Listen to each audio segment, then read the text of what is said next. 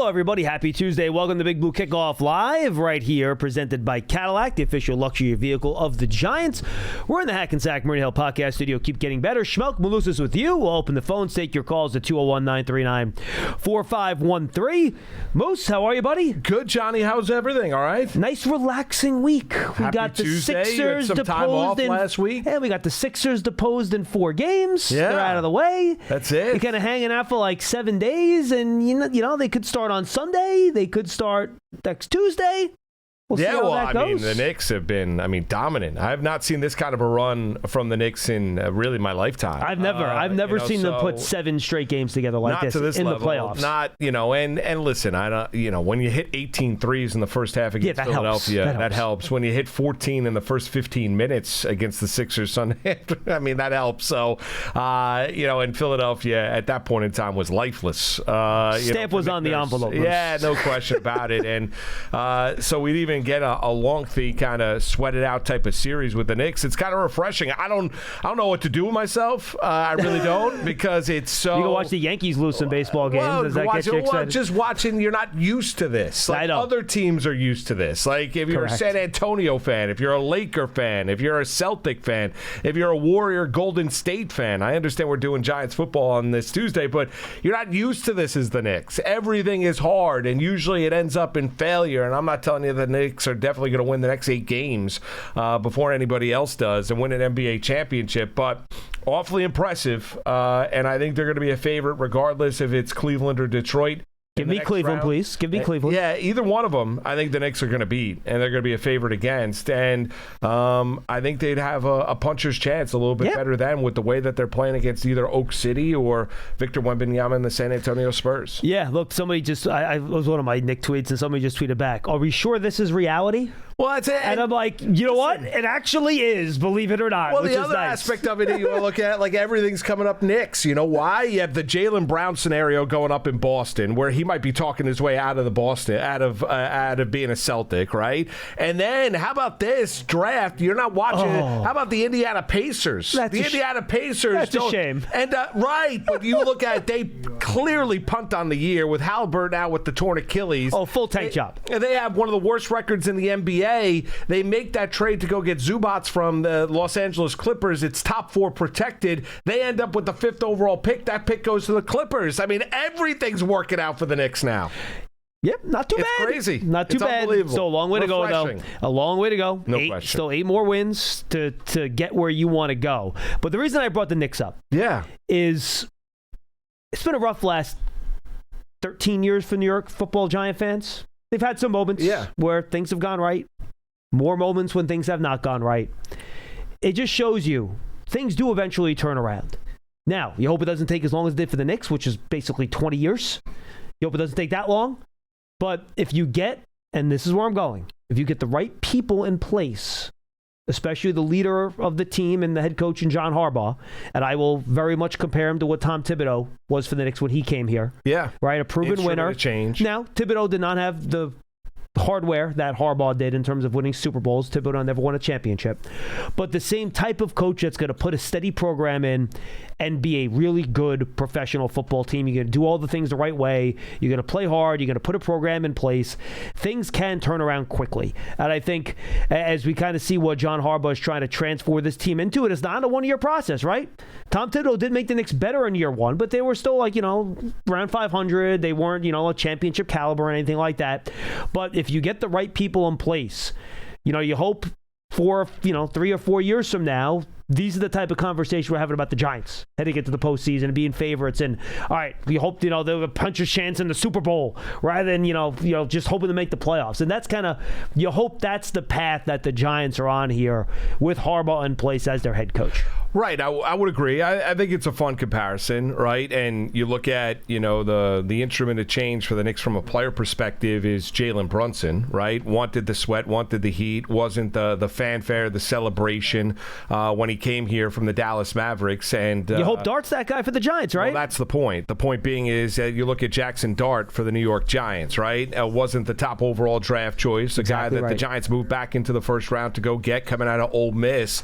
And then everything that you just saw year number 1 from Jackson Dart. You have great excitement about what he is going to be as the New York Giant quarterback, and we all understand the quarterback is the most important position in the National Football League. And then you look at the time it takes to put together a team, and this is where you want to kind of further lean into that Nick comparison, John. You look at what Leon Rose has done, right? And Leon Rose has been a guy that doesn't meet with the media, right? I think he's only done one interview, and that was on MSG with Mike Breen. That's basically it. I think Alan Hahn, right? I think it was Hahn, if I remember right. I thought it was Mike Breen, but might have been Breen. I mean, and that was just a MSG interview that he did. Outside of that, hasn't done, but his moves have been great. I mean, they really have been, and adding the necessary pieces to put together the team and then making the difficult decision, as the Knicks did as an organization, and move on from Tom Thibodeau to where this team is right now with Mike Brown. Listen, and you look at what Brown's been able to do. The team is playing at their best football at the best time of the year. But to your point about in terms of bringing it back to football, you're no question about it. You look at the Giants, it's a building process here when you're looking at Harbaugh. The excitement level that not only you can feel it's palpable, not only in the Tri-State area, across the country, about what Giant football is going to be defined by, what you are going to be defined by as an organization, offensively and defensively. Now a head coach, obviously, had tremendous amount of success over 18 years down in Baltimore. And now you have the pieces in place to where you start to see light at the end of the tunnel, to where this team is going to be representative once again in the NFC East, going to be a true playoff contender, and back to where they belong in the complexion of the National Football League. All right, so we have gotten some sniffs of the NFL schedule here, Moose, and this is why the NFL is different. So I went to NFL.com and make sure I didn't miss any other, schedule leaks or the one difference between the Knicks and the Giants. The Knicks have been more of a laughing stock than anything else over the course of my lifetime. Oh, yeah. I mean, that is why this now, John, and you're a huge Knicks fan, I'm a huge Knicks fan. That's why this is so refreshing. I mean, it's crazy. I mean, it just is. It's insanity. It's fantastic. I mean, like we've been waiting for this since 1999. Yes, I know. The last time they went to the finals against the Spurs. 27 years. It's a long time. It's a long time. It's longer than more than half of my lifespan. Yeah, you know what I mean? weren't around the last time they won an NBA title. I mean, it's crazy when you look at it. And it wasn't particularly close either, by the way. Exactly right. So the NFL is different. So I go to NFL.com, all right, did I miss any other games? I saw the Chiefs-Broncos Monday Night Football got announced today. And I'm all right, nothing else. And then I see at the top of the page, Moose, they literally have a countdown clock for the release of the NFL schedule. It's awesome. Do we know what day the NBA schedule gets released? I do not. Do we know what day the Major League Baseball schedule gets released? No. I don't know. They have a freaking countdown. They're slow playing this over a week. Only the NFL can figure out a way to make giving people a schedule, a week-long event. It's fantastic. It's great. But that's what makes the NFL, if there's any debate, I mean, that's what makes the NFL, right? And what makes it basically the King Kong of all sports in the United States. There was an event where they read names from a freaking lectern on a stage, and it does better ratings than NBA Finals games. But look at there's no question. But look at the calendar year, John. We all love the National Football League, right? And we all love the Giants. You look at the NFL does a great job of marketing itself, where it presents circle the date on the calendar events every single month throughout the course of the calendar year, whether it be the start of NFL free agency, whether it be the scouting combine, whether it be the pro days, whether it be the top 30 visits, whether it be the NFL draft, whether it be, then the undrafted free agents, rookie minicamp, OTAs, then you get to the schedule release, the creativity that you see from the schedule release from each and every organization across the National Football League, which I can't wait for, right? Because you like to see those where, the time, the effort, the sweat equity was poured in by this to have fun with it, because the NFL, everyone can't wait for the National Football League to get going. Then you got training camps getting going and everything like that. It's just awesome, and we are now basically going to be on a sprint to when training camp gets going and the start of the NFL regular season, which is going to be here right around the corner. But I can't wait for Tuesday for Thursday when the schedules get released. 8:00 NFL Network, there you ESPN. I think they have separate specials, maybe. But check that out. We'll have the schedule up there at 8 o'clock on all of our platforms when it gets released. But we do know at least one game the Giants are playing in when Moose, and reigniting an old tradition. Love it. Which is one. We can have an argument about this then. You don't love it? I love it. I think it's great. Giants-Cowboys week 1. Now, it's not in Dallas, so that made me happy. No, MetLife Stadium. Well, that's good. Well, for a while, it was every year it was in Dallas against the Cowboys. Taking down the signage outside the outside of where we're broadcasting right now. You saw that, right? It is now World Cup Stadium. I believe, technically. But it used to always be in Dallas in week 1. I hated it. And look, I've said this on the show a million times. I don't think we've had this conversation, though. I don't want if I was the schedule maker, I would not have one division game the entire month of September for any team. I want teams to get their feet underneath them, figure out who they are. Yeah, but then you start playing divisional games. But I wouldn't. But you know what? From a marketing perspective, that's fair. I'm not. I get it. And usually, with nowadays, when it look the way that training camps are run, that's what I'm saying. And what you can do, and more specifically, what you can't do. You look at the first month of the NFL regular season. From an execution standpoint, it's still a work in progress, offensively and defensively. You're being very kind, right? Yeah, but I am trying to be kind, right? So, but it is. You don't see a lot of great, high quality football consistently in the first 4 weeks of the NFL regular season. Fair. I agree with you there, John. However, from a marketing standpoint, it's a gold mine. this is what you want. Yeah. Right? This is what you want. You want a stadium that's going to be jam-packed of Giant fans. It's going to be a night game. It's Giants, it's Cowboys. It's the Cowboys who have worked on their defense. You know how good their offense was. It's the beginning of the John Harbaugh era here with the New York Giants. And lean into that excitement and give them that kind of a national stage. It's Dart year 2. Cam Scatteraboo, hopefully Malik Neighbors on the field coming off the torn ACL. Harbaugh debut, all that stuff. All the stuff. So, I mean, you look at it, that's why it makes perfect sense. I get the point that you're making. It makes sense. I just don't like it. I love it. I think it's great. Like, I can't wait. Like, when that got announced, I'm like, yes, that makes perfect sense. That is going to be awesome. And it's going to be a great spectacle. And I'll be honest with you, I'll tell you this. I don't know this, but if I had to venture a guess, if I asked the head coach if he liked it or not, I would think that he likes it. Leaning into what he has talked about here with the New York Giants, I agree with that. I would venture a guess that John Harbaugh says, you know what? Let's do it. I don't disagree with that at all. I think he loves to hit the ground running and doing his thing. So here's the interesting part. We always have this conversation. Which team do you think has the advantage, Moose? Is it the Giants, who now get to play a Cowboys team that has never seen this set of Giant players play in whatever offense Matt Nagy and, Greg Roman and Callahan are going to put together? I've never seen a Darrell Wilson defense with this group of players. Is that advantage Giants because it's the unknown? Or is it advantage Dallas because, the Giants might not be at full stride yet with new players in a new system and ready to go? So where does the advantage lie? I will put it this way. I'll let you think about it for a second. I always think it takes defenses a little while to kind of tune up and to figure out exactly what your role is, where you got to be, figuring out how to communicate in the game. All right, well, if this team does this, then how do we react to it? And by the way, the Cowboys are in the same boat because they have a new defensive coordinator as well, and they have I think half their defense might be different, right? So I think this could very well be a very high-scoring game in Week 1. With both defenses, with some new players, new coordinators, really struggling at the start to really, figuring out exactly what they're doing. Because you mentioned, camp's not as long anymore, no more 2 days, all that stuff. And, tackling beginning of the year can be a little bit wonky because, you're not tackling in training camp.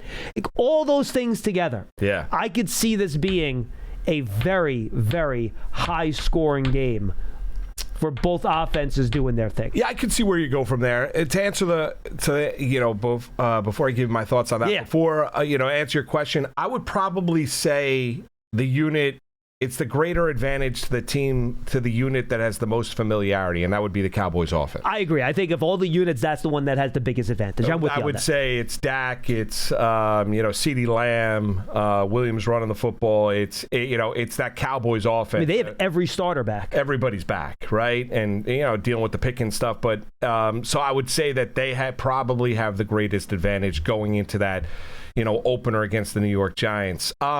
With that being said, I could see where, and if I think that the greatest advantage is the Cowboys offense, I think the offense is I think Cowboys will score some points that night. I think the Giants offense is going to score points on the Dallas defense for everything that you mentioned. Eberflus was their defensive coordinator a year ago. He's out the door.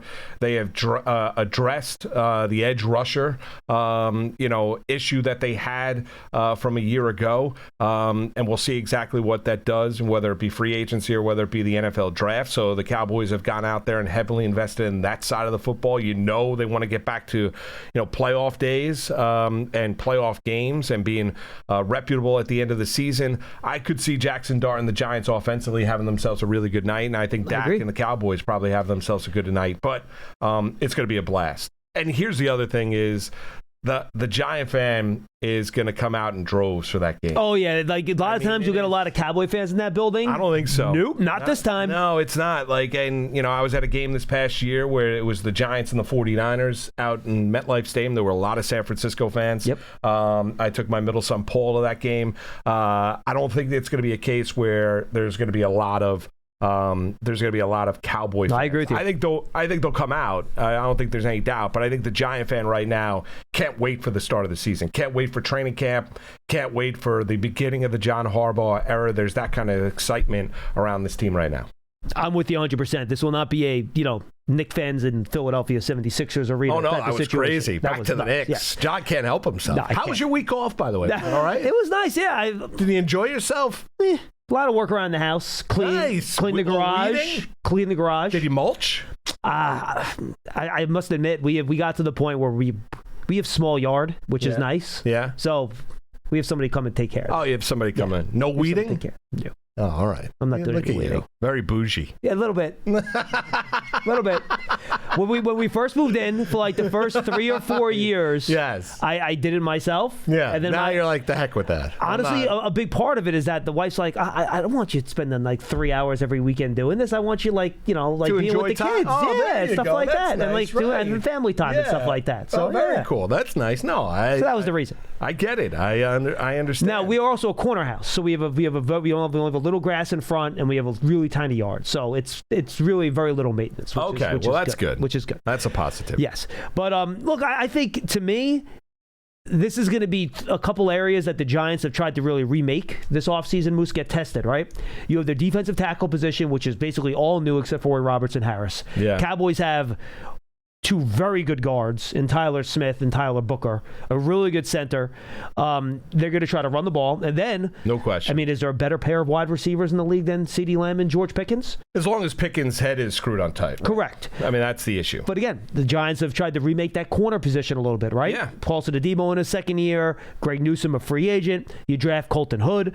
So I think, and then obviously the Giants linebacking core, bringing in Tremaine Edmonds, bringing in Arvell Reese. Those are the spots that I think Dallas will really try to test in that game. And I think it'll be fun to see how quickly those kind of reformed units come together to try to slow down that Cowboys offense. Well, right. I don't think you're wrong. I think teams are going to test the interior of the Giants' defensive front until they prove themselves that they're capable of handling it and not giving up, large runs early on in downs to where it sets it up as a 2nd and 4 or a 3rd and 3, whatever it might be, John. So I think that's a fair point. I think what can help equate in terms of the brilliance of the passing game of the Dallas Cowboys is something that, we've all talked about right here on Big Blue Kickoff Live, which is the rush and the ability to get after the quarterback and the ability to go out there with Burns, with Thibodeau, with Arvell Reese at the middle linebacker spot. Abdul Carter. With Abdul Carter. The ability to line Abdul Carter up in myriad of different ways. We saw him last year line up over center and using that spin move to where the center is all of a sudden grabbing air. Like, there's a lot of things that Denard Wilson could do here as the Giants defensive coordinator,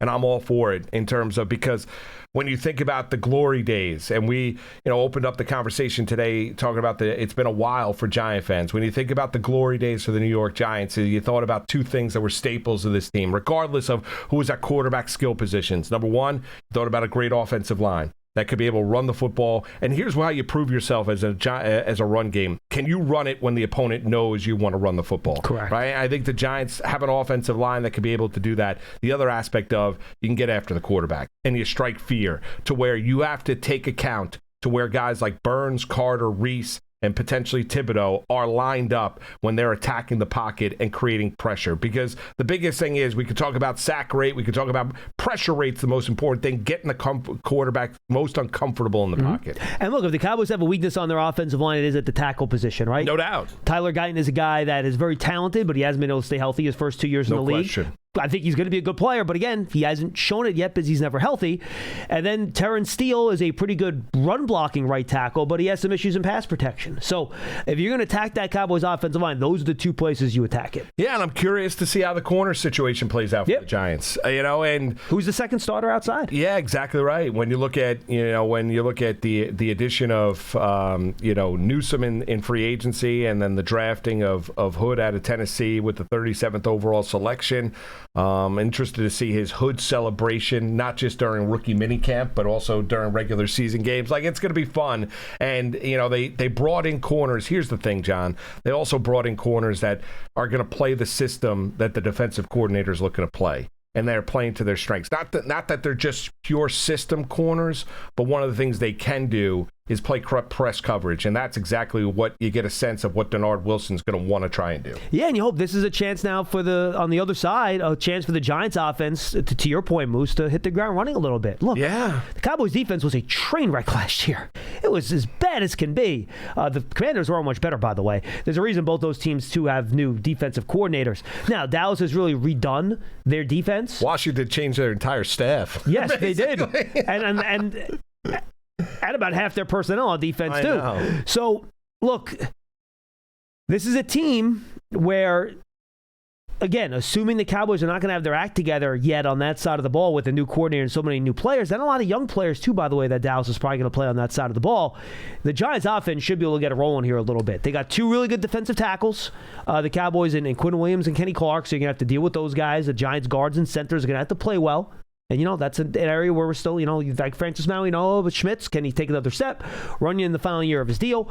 And can the Giants run the ball? And I didn't even think about this part of it. Another reason why I don't like playing these division games early in these seasons is Neighbors healthy. Yeah. Right? Well, is he out there? Like, I don't know. Yeah, I don't know. You know what? But even if he's not, John, I don't want to hear an inherent excuse either. Oh, no. I mean, you're playing the game. You got to win. I'm not telling you that, when you look at it, that Malik Neighbors is easily replaceable. But especially when you look at that Giants receivers room, we know how talented and gifted he is. To me, John, it starts with the quarterback when you think about the offense and the growth that you're going to see from him year number 2 after the experience that he got in year number 1. Now, I understand the coaching staff has changed. He's got a lot of different voices with a vast amount of experience and a lot of success that is in that coaching room now. When you're looking at Jackson Dart, the world really is his oyster. Right, so if you look at the Giants as being one of those teams in 2026, yes, there's no doubt coaching matters, and the impact of Harbaugh and the impact of the entire coaching staff in terms of setting down expectations, what it means to be a New York Giant, what it means in terms of defining success, how do you fit into what you need to do in order for us to win football games each and every week, and the importance of wins, right? Let's not forget about that. But with all that being said, if you're excited about the Giants, you're excited about the fact of, and why one of the big reasons why John Harbaugh is here is because Jackson Dart is the Giants quarterback, and what he ends up being year number 2, what he evolves into, that's really what I'm most excited about. All right, now can I get a little greedy here? Yeah, let's get greedy. Why not? All right, week 2. Now, the problem is that week 2 is probably going to be a road game now. Usually you start at home, and the Giants' road schedule this year, Moose, is like there's no easy game in that road. No, very difficult. The 3 division games, the Lions, the Texans, the Colts, the Rams, and the Seahawks. All teams that either made the playoffs last year or easily could have made the playoffs. So if the Colts didn't have all those injuries, they could easily have been in the playoffs in the AFC. They started, 7-1, right? Yeah. Indianapolis last year. And then Detroit, obviously, they're a Super Bowl contender. Like, even though they finished in last place last year. As long as their offensive line, yes. But yes. Correct. They're a very good team. So the game 2 is going to be tough on the road, no matter who the Giants line up and play. It's not going to be an easy game. Week 3, can you get me the Browns, Cardinals, or Titans? Oh, you want a little layup? Yes. A little layup. Early. Moose, do you know how many times we've sat here and Johnny Mac and I have had this conversation? Where the Giants are staring like 0-3 in the face in week 3, and you're like, oh, they have to win this game or it's all over. Okay, can you give me one of those 3 teams in week 3, please? Yeah, I would agree with that. Just give me a break. I'll even take the Saints. Give me the Saints. I'll tell you this. Here's where I think the NFL is smart. They would probably realize that as well. I hope so. I mean, the schedule makers realize that as well. I mean, it was a very daunting schedule for the New York Giants a year ago when you looked at it on paper. And there is a nature to it to where it's not a matter of just who you play, but when you play 100%. them and how the schedule is stacked. And is there any, as you mentioned, John, is there any place where you could you respect every single opponent you play, but can you take a little bit of a breather instead of just getting hit over the head with an anvil repeatedly time and time and time like again. The old Bugs Bunny cartoon. Right, exactly right. You know, like Wile E. Coyote, yes, the Roadrunner, right? I mean, like, so I don't, so we'll see. You know, I would be surprised if it wasn't. Like, I would be surprised because I think, you know, and not saying that, you know, it's good for the National Football League if the Giants are back in business in terms of being a really good football team. 100%. It's good for the NFL. You know, when you look at the history of the team, the marketplace that they represent, it's good for business. So, you know, I'm not telling you I don't know what the schedule is. I don't. All we do know is the opener. But I would think that maybe you get a little bit of that breather week number 3. Yes, let us hope that happens. And if that happens, you know, victory over the Cowboys. Yes. Then we'll see what happens with that road game potentially week 2, and then maybe a little bit of a breather 2-1 start. What do I sign? I don't know the last time there was a 2-1 maybe start. Maybe 3-0. I think that was 2022. Get greedy, as you said. Last playoff. Oh, come on, you got to get greedy. 201-939-4513. 201-939-4513. Folks, don't forget the Giants Town Hall is coming up. It's a great event. Be there. It's presented by Verizon. It's live from the Beacon Theater in New York City, which is a great venue on the Upper West Side, on Monday, May 18th. Get an exclusive preview of the season with John Harbaugh, with Joe Shane, plus hear from current players like Jackson Dart, Cam Scadaboo, who's always entertaining, and Brian Burns, plus the first look at the Giants 2026 draft class. Secure your seats now. Go to Giants.com/town hall. And Bob Papa will be emceeing that lovely Beautiful. There you go. Check it out before the show. I will be there as well. I don't know what I'm doing yet. Sometimes I screen the fan questions. Oh, nice. So I do ask if you go there and you want to ask a question, don't come and lie to me what your question's going to be when I'm asking you what your question is. Do you ever pull a microphone away from somebody when they don't ask the question that they told you would ask? I'm very respectful of the Giant fans. These are all season ticket holders. You have to show a certain level of respect. I understand. Obviously, they're great I'm fans. Just curious. You know, it takes you back to your halcyon days with the WFAN when you were screening calls for summers. Yes. The thing about it, though, is that, as you know, Moose, face-to-face in person, people tend to be less brave. Oh, there's no doubt. Yeah. Well, that's what you see on social media. No question. All I ask is that kindly, if you have a question, you come up and I'm screening your questions, just be honest with what you want to ask. And guys, unless it's something ridiculous, you're going to be able to ask your question. Right. Like I've been called an idiot on social media. I've never been called an idiot to my face. Yes. Well, other than by a member of your family, obviously. Keep my wife out of it. 201-939-4513. Let's go Jason in New Haven first, Johnny Mac. Jason, what's happening, man? Hey, John and Moose, how you guys doing? We're What's good, up, dude? Jason? Good. Glad you guys are having a good day. Another beautiful in Northeast. I just wanted to say real quick, before I get to my Giants point, you know, I'm a big Knicks fan as well. I know, John, you are. I think Moose, it sounds like you are. Oh, yeah, Moose is. Absolutely. Yeah. Okay. Let me just ask you a question, and this is just my opinion, then I'll get straight to my Giants. Yes. In my opinion, from a talent perspective and play on the court, I've been a Knicks fan. I'm 42, so I've been a Knicks fan since the early 90s. Okay. To me, this is the best Knicks team I personally have ever seen. I know we got the Patrick Ewings. I wasn't alive, of course, for the Clyde days and those championship runs. But, man, the way these guys are playing, man, it's I don't care who we play. It's going to be held. Excuse my language. It's going to be we're real tough out. So, man, how do you guys feel? I mean, we'll make it quick, but Jason, real quick, I agree with you. This is the best I've ever seen a Knicks team play in the playoffs. Yeah, and the most talented. I would agree. Listen, Patrick deserves all the love in the world. They couldn't get the supporting cast. I love Mason, Starks, Harper, Greg Anthony. The 1 year, that group, the year where they got into the fight with the Heat and had all the suspensions, when it was pre-wrist injury Ewing, Houston, LJ, Childs, and Starks and Oakley were still on the team. Yeah, that was really good. That was the one team that I would say compares to this team talent-wise. Yeah, the P.J. Jones fight. P.J. Brown, thank you. That's right. I'm not. Don't get me started on P.J. Brown. Those were the days, though. Knicks Heat was crazy. It's amazing. Back then you get suspended, 2 games for stuff like that. But Victor Wembanyama can look somebody in the face and basically elbow them in the neck and try to break their trachea, but he doesn't get suspended. That's fine. The rules have changed.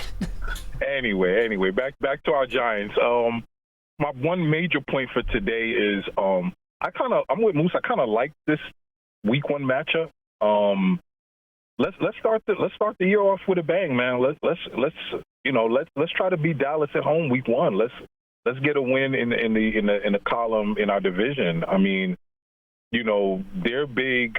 Our big weakness right now, and I will admit, is our secondary. There's a lot of question marks from Newsome to, can Adebo bounce back?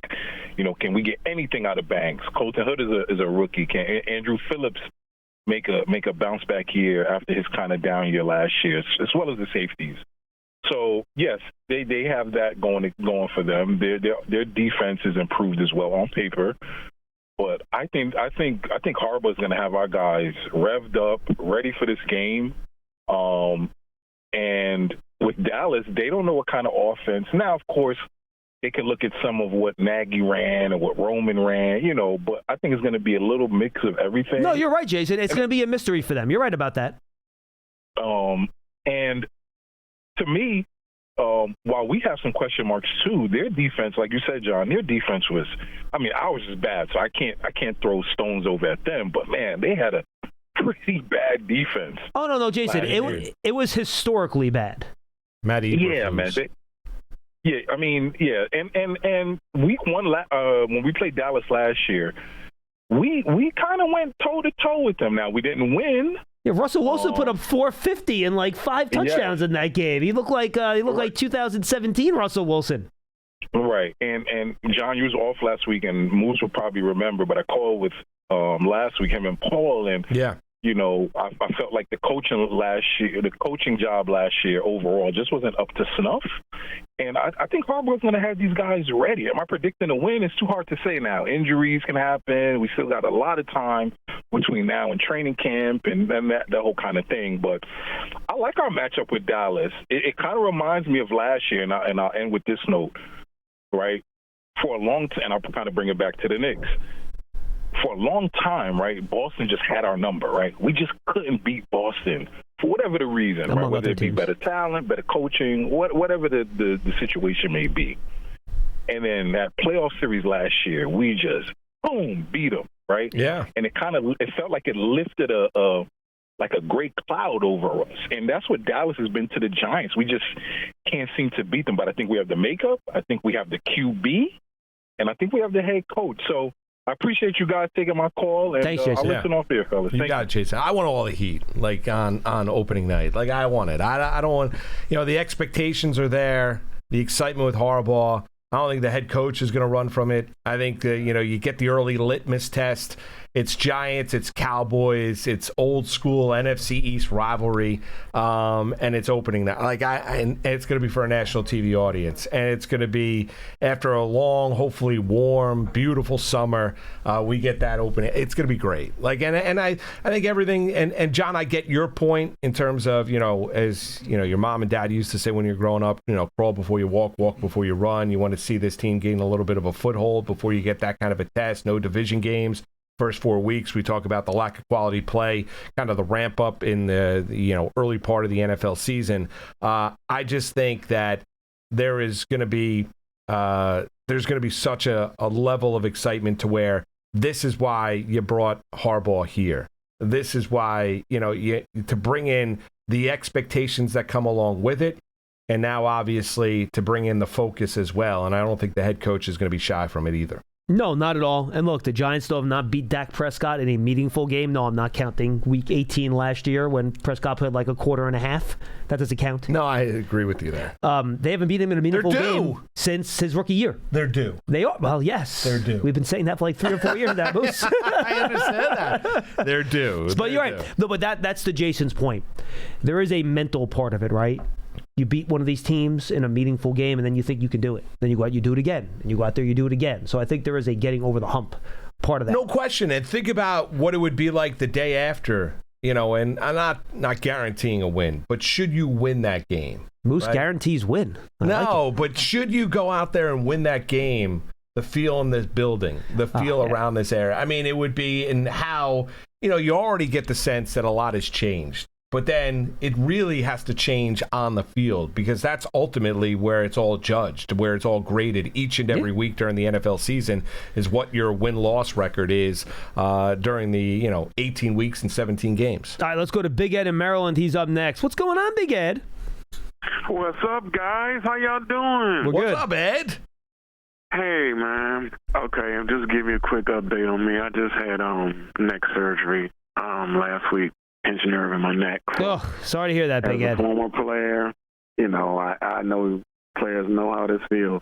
But, hey, we got so much good news, we can bypass that. Big Ed, if there's anyone that has a level of positivity to overcome a neck surgery, it's you. Yes. Warriorism. It comes from being an 80s Giants and Knicks fan from the 80s and the 70s. Warriorism. That's what it is called, okay? So, look, help somebody else who just called. I forgot their name. I'm sorry. Don't be mad. Jason. Big Ed love you. But, look, Jason, we won against Dallas the last game of the season last year, okay? That's the last time we beat Dallas. The key for us beating Dallas this time is just being ready, prepared on every phase of the game, every phase. As long as we do that, we got a chance. But I don't even want to talk about the schedule yet until the schedule comes out. Okay, so what do you got, Big Ed? Then we know what we're working with. But right now, fellas, we on this Knicks run right now. We want the Knicks to win at all. It is now their time. They finally got a team and a coach that understand and put this thing together to make this run because it's overdue. I haven't seen a Knicks championship since I was too small. I was still in diapers. You know what I mean? We're talking 73. I was still in diapers, guys. So Moose and I weren't even thoughts in our parents' head at that point, Big Ed, so you have us beat. Yeah, man. But that's okay. Y'all still in it. And then for the other part of that, the other Knicks team, it was the one in 94. The Charles Smith year? Houston. Oh, the Houston year. That was the next big team. Yeah, that was the next team we had. But what we got as far as our football, though, signing those defensive tackles, to cover up with the Dexter Lawrence situation. Fellas, I mean, we got something. We're going to have something. But until we get out there and do something, we won't know nothing. So I'm not making no predictions right now. I want us to just get through training camp healthy. Yeah. Because that's tough. That's tough, right? Hey, look at Big Ed. Look at John Harbaugh said it. True competition does not start until you play preseason games. That's when the true competition starts. Yeah, we can't even make no predictions right now. We want to see the schedule. So what I'm gonna do, I'm gonna hit y'all back probably like Friday or something, or sometime next week, Ed. And then we'll go over the schedule, and I can tell you where we can. Good luck in your recovery, Ed. And do what? Yes, Big Ed. Feel better, man. Thanks, man. Appreciate it, dude. Thanks for the call. Feel better. Pinched nerve. That doesn't sound fun. No. That stinks. Yeah. So anytime you're dealing with any kind of surgery, I'm thinking about it. I haven't really had like knock on wood or whatever this this is. I don't know what this is. But I haven't really had a major surgery like that in my life until this point in time. Maybe I'm now all of a sudden going to be facing one in the next 6 months, but right now I haven't had that kind of one yet. So want to hear a funny one? What's that? And I'm breaking my own HIPAA rules apparently for this, but that's okay because it's my health information. So you can't talk about your own health? No, I can. I can. So I've always had like a kind of like lower back issues, right? Like, tightness and stuff, and chiropractic helped me and all that stuff. But all of a sudden, like 3 months ago, it felt a little bit different. Every time I tried to run or play basketball, it would like, after playing for like 10, like running, jogging for 5 minutes, it would start to ache. And I'm like, what's going on with this? So I rested for a couple months. It got a little bit better, but still after doing a little bit, it would start aching again. So I finally went to get an MRI. They found a stress fracture in the bone that connects like your hip to your pelvis and your back, called the sacral joint. Okay. So I don't even feel it every day walking around at all. I feel fine, but apparently I have a stress fracture in like my lower back and pelvis area. Really? Yes. No surgery or anything, but it's a stress fracture. Yeah. But yes, it is like very much an old man injury. Oh. And they're like, well, you must have fallen down. I'm like, I really did. Like, I don't even know where the thing came from. It's like a big mystery. Well, but you don't have to have surgery. No, it's going to heal God. on its own. Yes. All right. More rest. Who knows how long, but more rest. I thought like 3 years ago, I slipped on a deck. Ooh. I hopped down off of a ledge onto a wet deck. Feet were right out? Feet went right out from underneath me. We were out in Montauk, fell flat on all three of my boys watched me go down, fell flat on my back. And then 2 hours later, I was in the ER getting an MRI on my back. Oh. Luckily, no back fractures, but it dealt with a lot of pain for the better part of a month and a half, but no back fractures. The only time it could have happened, I mean, I tried to draw a couple charge in rec league basketball in January. You're a physical basketball player. But look, I didn't hit the deck hard. I had, you do the hit and slide, so it wasn't like a bang. I never really felt it. The only thing I can think of is back in last June. And I think I've told this story before because I hurt my wrist on doing the same thing. I dislike water parks, Moose. I don't like water parks. I find them unsanitary. Yeah. I just don't find them fun. Used to love them when I was a kid, but I didn't think about stuff like that. Yes. So we're going. We visited a friend in Chicago. Kids love them. And there's a great indoor water park or outdoor. Great Wolf Lodge, indoor water park. No doubt. Correct. So we go to the Great Wolf Lodge. I drag myself there. I'm like, we're on vacation. I'll go to the stupid water park. So I'm walking around. And I ended up having to use the bathroom. I didn't bring my flip-flops, so I walk in. And you didn't bring no, I had them. I just didn't have them with me. I got off the slide. I really had to go. Such a mistake. No, they were there, but I got off like the water slide, and I was going to have to walk all the way back. No, but I bit it.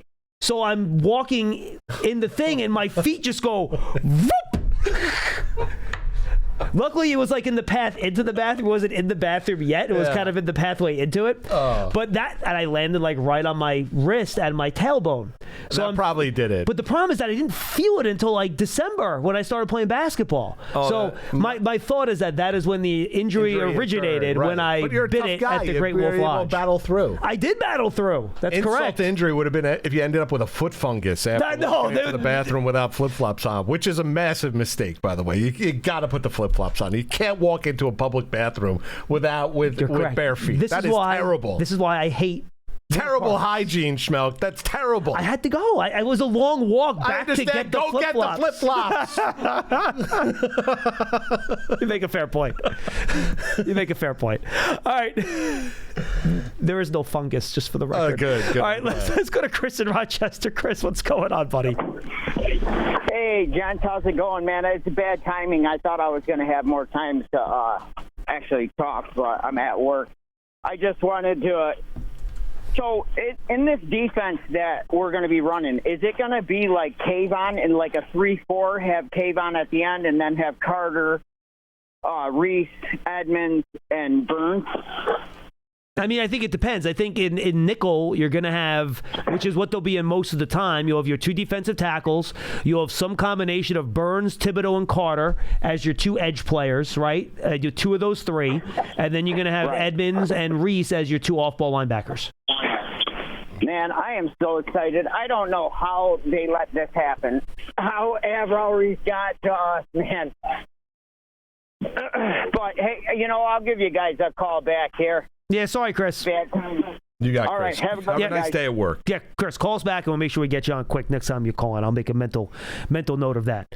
By the way, I hate the water parks. That is the lack of water park experience on my part, not having the flip-flops ready to go. Well, that is fair. I don't love, my kids love them. But it's tough. So is mine. I used to love going to Action Park when I was a kid. It was great. Honestly, and I'm pretty brave. I do all the roller coasters and everything. Like, nothing scares me. Yeah. Action Park scared the hell out of me. Do you know how many people died at Action Park? Dude, they closed because of lawsuits. Dude, I suffered a concussion on the cannonball.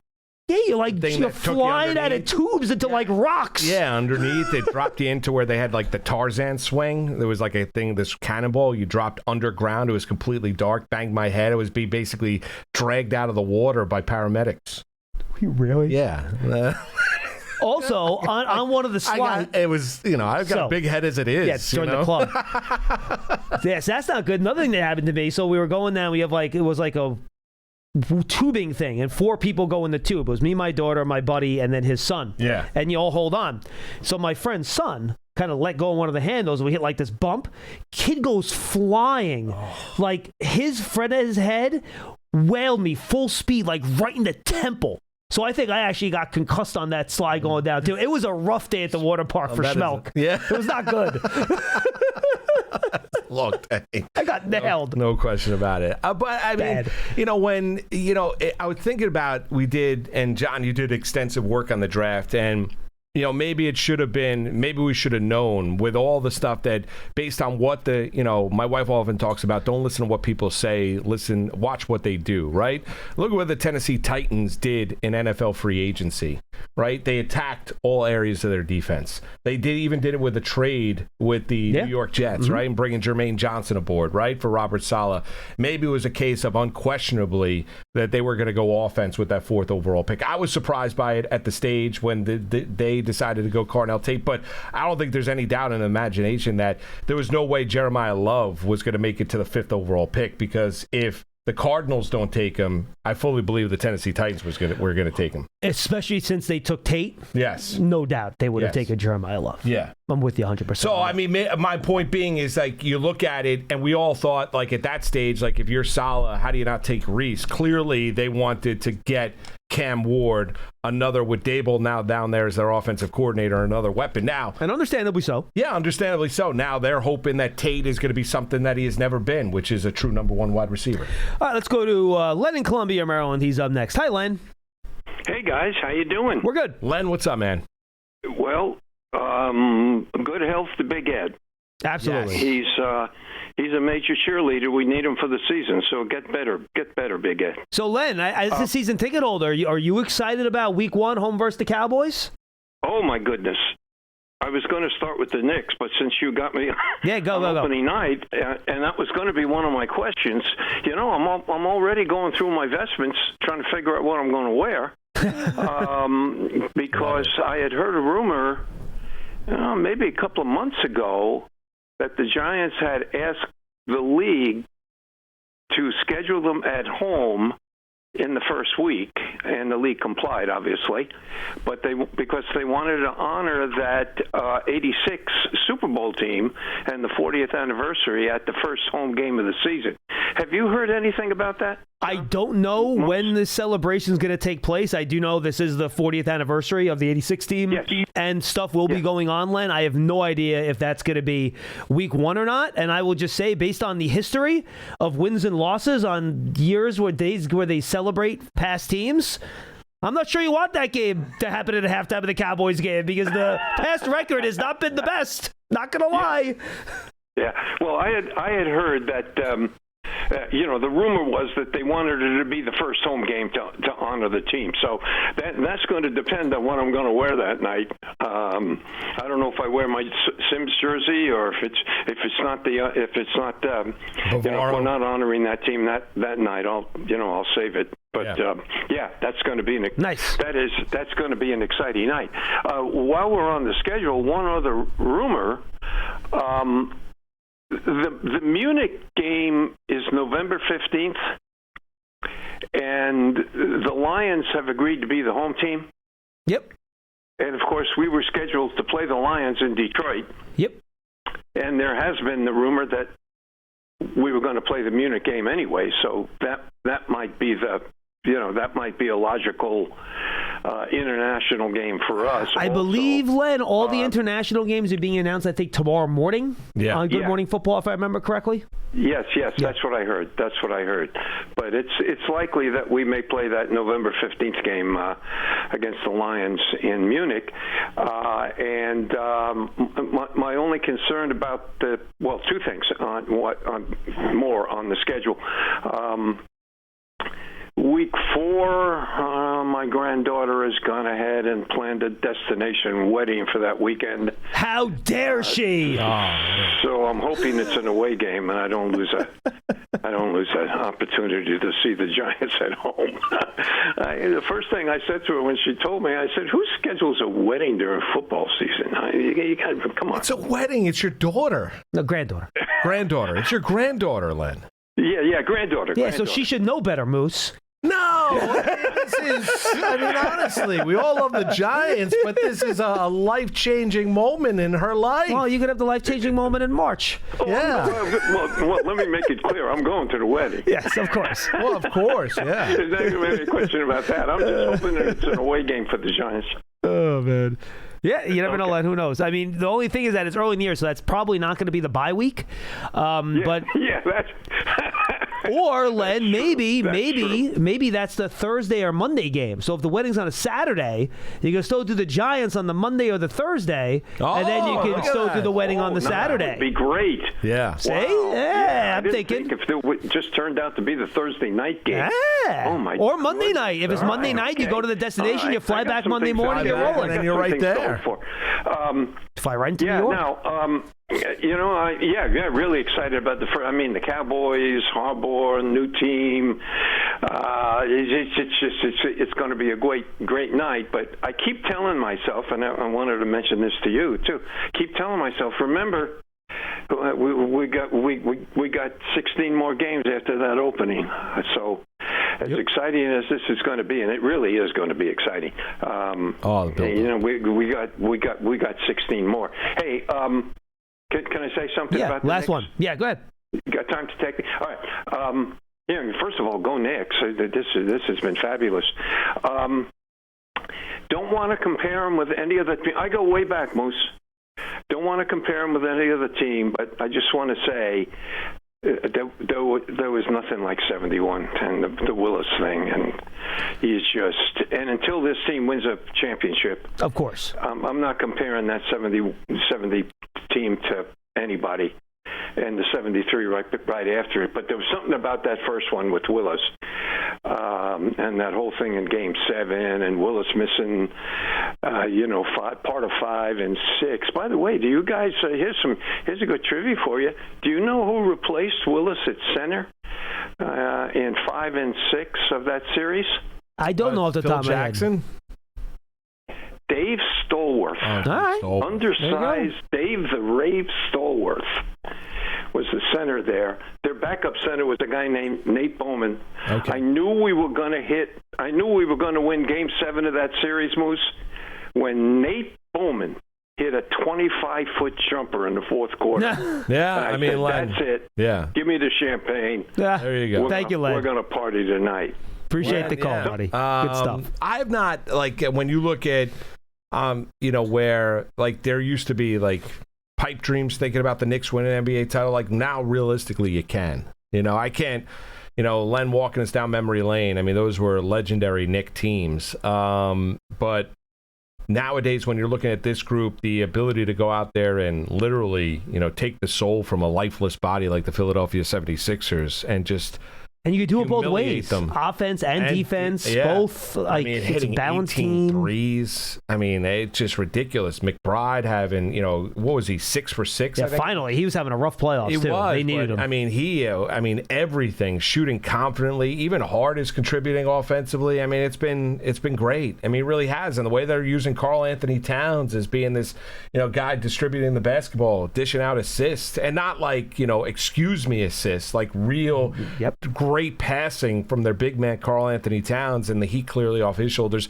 It's been awesome. It just has been. Hey, Johnny Mac, Joel Embiid just fell down again. Can you go over there and help him up, please? That'd be helpful. No? Is he asking for another foul and complaining? Yes? Okay, great. All right. We've had so much positivity and excitement on this show. Where are we going to now? The wet blanket.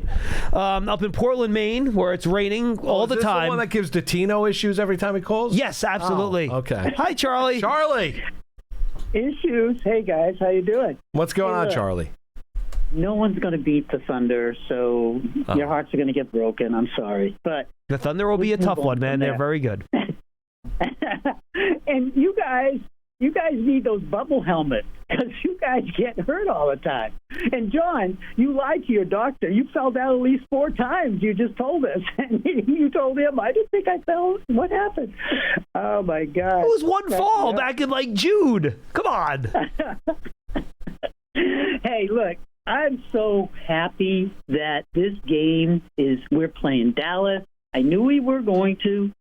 And I'll tell you what, the helium is flowing all over the place. And this summer, the helium's going to be flowing so much. Everyone's going to be sucking it in like, oh, look at Reese. Oh, my God. Look at Dart. He's looked so great. He's in 7-on-7s, and he's in his shorts, and he hit every pass. And we heard that all last year, too. Oh, Carter's going to destroy the offensive lines. They're going to have – it's going to be unbelievable. And I'll tell you something. If we don't win this game, This is our first game, a Sunday night, hardball's first game. All the hype of this team is going to be hyped up all summer long into the fall. And if we come out of here and lose this game, it's the same old Giants. Because the second game is going to be in L.A. And we're going to be playing the Rams. And then we're going to be 0-2. So all I can say is that we better win this game. Because I don't want to hear about it. I don't want to hear any excuses. If this team doesn't come out and start fast and win this game, and this is your divisional rival, you've got to win your home divisional games. You've got to be at least 3-3. So this is perfect hardball. We're going to see the $100 million man, if he is the man or not, this first game. And I don't care. Everything's judged on the first game. So, Charlie, I want to summarize the entire year is on game 1. Giants lose game 1. Yeah, it is. For you, it's over. Season over. Giants, we lose this game. There's no way we should lose this game. Period. End of story. No way? No. What do you mean? No way? That's a little bit Charlie, strong. the Cowboys are not a bad football team. Listen, I think the Giants are going to win the game and we'll see. We're a long way away from the opener. You got to get through and see where we are from an injury perspective, who's available, who's on the field. You're already hyping this team now. I think the Giants are going to take a massive step forward. Charlie, every fan base around the National Football League, if you check in with them on May 12th, they're all very excited and hyping up their team. That's what makes the sport great. That's what makes sports great. You should be excited right now if you're a Giant fan and you don't want to be miserable like you. Len, if you're going to the town hall and you have an extra ticket, I want to go because I want to ask a question, and I want Schmeelk. Have to go to Schmeelk. Charlie, the tickets are free. Just go to Giants.com/town hall. You don't need Len to take you. It was just season ticket holders, you said. A lot of them are season ticket holders. I have to assume who I'm talking to is a season ticket holder. I read the promo earlier. Giants.com/town hall. That's go it. Get your tickets, Charlie. All right. You got to let me ask the question, right, John? That remains to be seen, Charlie. Yeah, see, I knew it. Charlie, make sure you sit in the aisle. Yeah. Do you have like a T-shirt that says Charlie from Portland, Maine? So I can run up on the stage? No, John can spot you out. Don't make me tackle you, Charlie. By the way, this isn't this. I believe the Beacon is a MSG property. They have some apparently really good facial recognition technology. Yeah, no doubt. That's been well reported. We might have to employ that for you, Mr. Charlie. No doubt. For events, concerts, good event. I mean, but I'm saying, look. I don't want to hear about it. There's no excuses. We win this game over the same old Giants. Charlie. I mean, Tiger don't change his stripes. You are a wet blanket. I told you. I warned you. It's amazing, Charlie. Like, you're the guy that it's a beautiful sunny day. You're staring at the one cloud in the sky. I mean, just enjoy the sunny day. Like, it's good to be a Giant fan. There's excitement. Can't wait for the schedules to get released on Thursday at 8 o'clock on the NFL Network. It's fantastic. And listen, you want to put the entire week or the entire season or the success early on of John Harbaugh in week 1, I think I don't think that's really all that bright to do. But if that's what you're going to do up there in Portland, Maine, so be it. I can't talk you off and tell you that you're crazy, but you can. The Giants. Listen, the Giants. One game isn't going to define the year. But one game can set the tone for what the season is going to be. Win or lose. Like what you want to see from the Giants week number 1, buttoned up, team put in the right position to go out there and execute and win. They were put in a position to be successful. Whether or not the players go out there and execute, that remains to be seen. Plus, you're going up against somebody else. I think it's fun. I think this is it. And here's the deal. Like, you want to tell us that, well, I mean, you're placing undue expectations. The National Football League has put the New York Giants in primetime opening week. I mean, that says a lot about not only the excitement level around the franchise, but this being really, I would say, a franchise-altering offseason so far this offseason. So they announced that the Chiefs and Broncos are the first Monday night game. Are they not doing the Monday night doubleheader on week 1 now? Because I don't know about that. Usually they do. Maybe because they're doing that dopey Friday game, they're not going to do the Monday game? Maybe they're not. I don't like the Monday night doubleheaders. Neither do I. You're up to like 1:30 in the morning for that second game. It's brutal. You're up way too late. Like, it's just, and I get you want to have a West Coast game. You want to get that prime time, grab that audience, grab those numbers. But to me, it's a little bit too much. And one of the games is always bad too. Plus, and they're asking. I mean, you get the Thursday night football. Now you get Friday. After the college football season, you get Saturday. You get all day NFL Sundays, Sunday nights, and then you get the occasional doubleheader on Monday nights. It's a lot. A lot. Especially when you have kids. I agree. Charlie's literally Debbie Downer. I love the NFL. It's great. Charlie's literally Debbie Downer. It's like the Giants are opening the Cowboys. When do they start the season on? Well, if they lose the game, the season's over. I know. Charlie would be at a 3 Michelin star restaurant and be like, the soup was too hot. A little more salt. I know. Charlie, lead into the excitement. Be fired up. All right, we have some YouTube comments we'll get to real quick here. Ryan Roon, I feel like these are the teams we play every year. We should be more prepared for them than some Rams or Chiefs. Start off with a meaningful game. He likes it. Mandalorian 9, having rivalries week 1 builds up anticipation for the beginning of the season. He likes it. JCNY 718, I would rather have the team already figure out their identity before division games. He's on Team Schmeelk. I appreciate that. We got Mandalorian again. It makes sense and sense. So like sense and then money. Oh, money-wise. Yeah. Well done. Well, that's it. Well, the NFL's king. JCNY again. Great leaders have a clear goal, great vision, know how to get people all moving in the same direction. That's what Harbs and Coughlin both have. And then Claudio Kila, or Claudio Kla maybe. How do you defend a goal line package with Theo, Likely, Malachi Fields, Ricard, and Scattaboo? Let's go, Big Blue. Nice. That is a good run blocking lineup right there. Yeah, a lot of size. A lot of size. In fact, if you really wanted to be physical, you take Likely off the field, you put Manhurts in as the second tight end. Yes. That's playing big boy football. That is big boy football. You have a little tackle eligible, play action, Maui Noah for the touchdown on the pass. Getting creative there. That's it. I think listen, I think when you look at what this offense potentially can be, and that's all what we're talking about, and whether or not that potential gets realized, we'll all see together during the course of the regular season. But there's a lot to feel good about with this team. I'm not telling you that there aren't questions, whether you look at one caller called up and look at the defensive secondary. We could look at defensive tackle, obviously, with the movement of Dexter Lawrence to Cincinnati for the 10th overall pick, John. But there's a lot to like about this group, and there's a lot to like about this coaching staff, and there's a lot to like about the quarterback, which I think is all that much more important. When you're in search for that quarterback, it feels like you're lost in the Sahara. Finally, when you have them, you have that one sip of water. And Jackson Dart, I think, in year 2 is going to take a massive step forward. Where is Pat McAfee right now? He's at the NFL league offices. Oh, okay. At, like, the replay center. All right. Doing the show. There's a dog's there. Yeah, because Kirk Herbstreit. Oh, that's Herbstreit. And that's Herbstreit's dog. Yes, I know that's. I didn't have my glasses on. I couldn't tell that was Herbstreit. Yes, Herbstreit. I'm aware of the dog. Very cute dog. No, how could you not? How can you not like the social dog? media. Yes. The dog gets more FaceTime than anything else on social media with Kirk.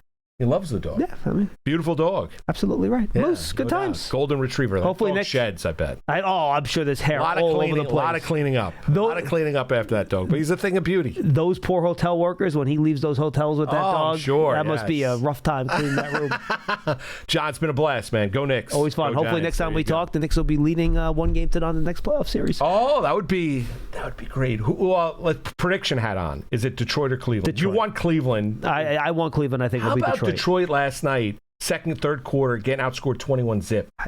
I watched it. I was watching it live. I mean, that is stunning. I get concerned about the Pistons' offense and lack thereof outside of Cade. Tobias Harris has been really good. I agree with that. Cleveland's a very strange team. I agree with you. I think it's going to be Knicks and Detroit. I don't think Detroit's going to go down as quietly as Philadelphia. No. Look, Philly's Detroit's physical perimeter defense is real. They will give Brunson a lot of trouble out there with all their big, long physical defenders. Knicks took the Sixers' soul. Literally. It was like watching an Avengers movie. It was crazy. It was like in real time. It was like, oh my God, like what is going on here? So they had the infinity goal on and just did the figure snap, and that was the end of that. Outside, my kids are like, what's the score? It's like 59-27 in the second quarter. I mean, it's like insanity. Good to see, baby. Like to see it. For Marc Malusis, I'm John Schmeelk. That's Big Blue Kickoff Live. By the way, Giants Huddle Podcast, folks, is on all your favorite podcast platforms, YouTube channel. We have our Scout series out right now, talking to a bunch of Giants scouts that scouted their first 4 picks. I believe the first 2 up there, Marino and Reese, are up there. So check that out on the Giants Huddle Podcast. Make sure you check that out. All right, that's it for Big Blue Kickoff Live, presented by Cadillac, the official luxury vehicle of the Giants. Saying farewell from the Giants Podcast Studio, presented by Hackensack. Meridian Health, keep getting better. We will see you next time.